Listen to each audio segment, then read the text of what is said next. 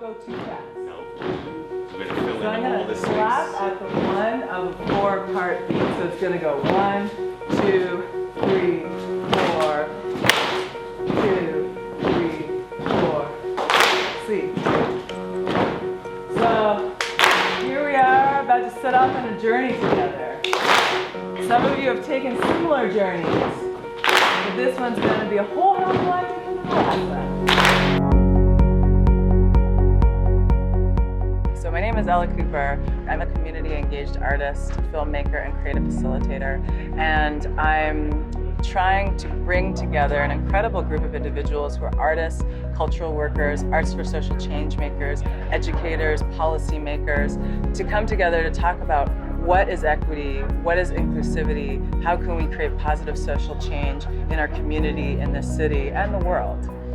It's a big thing to ask, but the presenters that you'll get to see have so much to offer, and this 3-day gathering has been really incredible.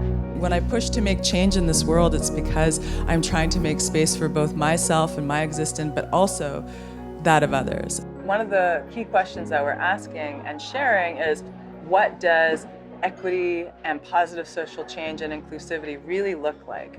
How are community engaged artists the key leaders in this equity-based work? And how can we support each other in our development? For me, intersectionality is thinking about not only that people have all sorts of different complex ways of existing, whether there's labels or whatever, and not creating art spaces or not creating environments where only one piece of ourselves is allowed to shine.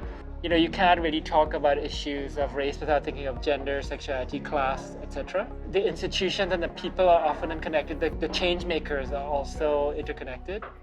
Girl, woman, wolf, little did I know that I've been sharpening my teeth all these years. They say a woman who is unafraid is a dangerous thing to behold. Grandmother says there is a thin line between fearlessness and recklessness. Equity means so many different things, but I think specifically at this point in life, in my job, it means giving access and creating inclusive spaces for creativity so that all voices can be heard and all stories can be told.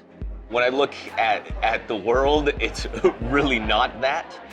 The way that our power structures are made for few in our society to easily rise and to keep certain people out. You can look at that from our prison population to our class situation to where people live, what kind of jobs they get. So equity for me is a dream that I think has a chance of realization, but it's going to be generations. Something like 10% of the artistic directors of theaters in Canada are people of color. So one thing that we're doing is providing actually concrete statistical evidence to say, no, we're not just making this up, this is the reality. And in some instances, we're actually seeing things regress. So the stats aren't getting better, they're getting worse right now. Access doesn't end at wheelchair ramps, and so how can we, as funders, as organizations that are supporting people, be aware of that and be aware of what opportunities we make available that actually match what disabled people's lives are. To me, it's about making a space where we all have the right to self-determination and where we all get to bring all of ourselves into our work. So it necessarily has an intersectional approach so that then when we're thinking about making a space, it's a space that we're all co-creating. We're not inviting into an existing thing, we're actually starting something new together. But it's our contribution together that creates equity. And then equity becomes an action and not just a goal to pursue.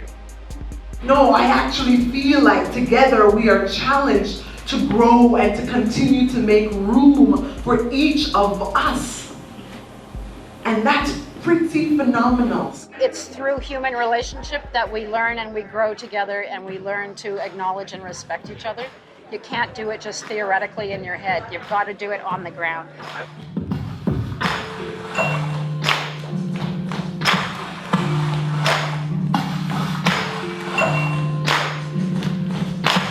Somewhere, a dream is being born, torn by the naked shades of imagination. A cultural creation unknown as yet.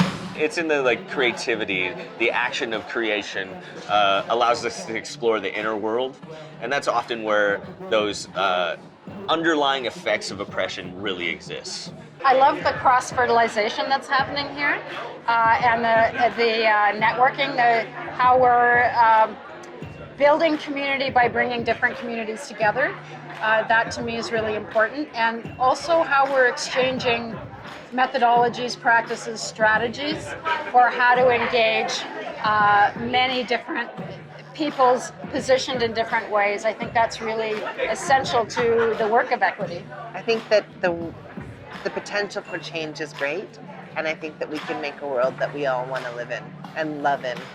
We don't have to accept our ancestors' imaginations for the world that we live in. We can create a new world if we only take it upon ourselves to imagine that new world and imagine a new story.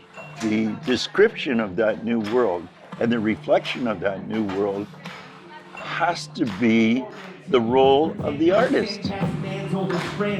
We repeat patterns and shatter shape-shifting soldiers. I'm holding the scars of minotaurs. There's too much pressure on these wrists to flick the switch of the safety off. Too many sons and daughters lost. At what cost? Our lives cost.